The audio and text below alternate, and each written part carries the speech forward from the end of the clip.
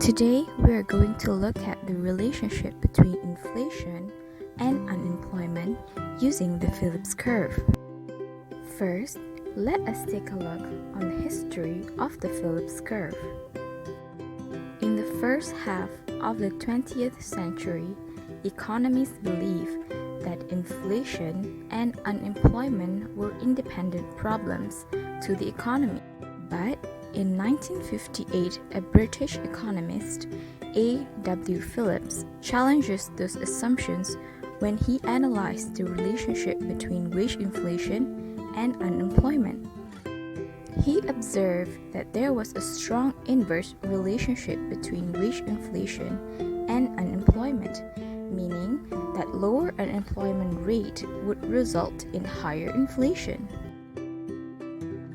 The graph of this inverse relationship between inflation and unemployment is known as the Phillips curve. In the 1970s, economists starting to question the assumption behind the Phillips curve. American economists Edmund Phelps and Milton Friedman asserted that the trade-off between inflation and unemployment only occurred in the short run. The economy can only be in one of these three places at any given period of time: a recessionary gap, an inflationary gap, or at full employment. The Phillips curve shows exactly that, where we have inflation and unemployment. In the short run, the Phillips curve is downward sloping. In the long run, the Phillips curve is vertical. The easiest one is here, which is at full employment. This is the idea of a natural rate of unemployment. On the left is the Phillips curve, and on the right is aggregate demand-supply curve. Both are showing full employment. Aggregate supply shift to the left, we will have stagflation, which is higher price level and low output, which is at point B. That means the Phillips curve will shift to the right, which is more inflation and more unemployment. When aggregate demand shifts, there will be movement along the Phillips curve. When aggregate supply shifts, the entire short-run Phillips curve will shift. We are back at full employment on both graphs. Let's say there is an increase in aggregate demand leading to inflationary gap. And since demand shifts, we have a point on the short-run Phillips curve at point B.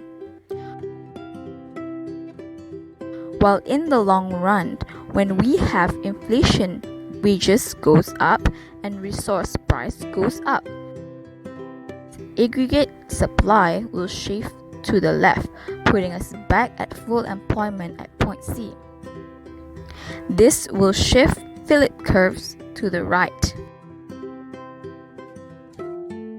Now, let's look at an example of relationship between inflation and unemployment using Malaysia data.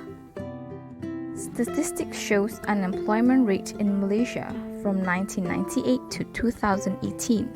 In 2018, unemployment rate was at 3.36%.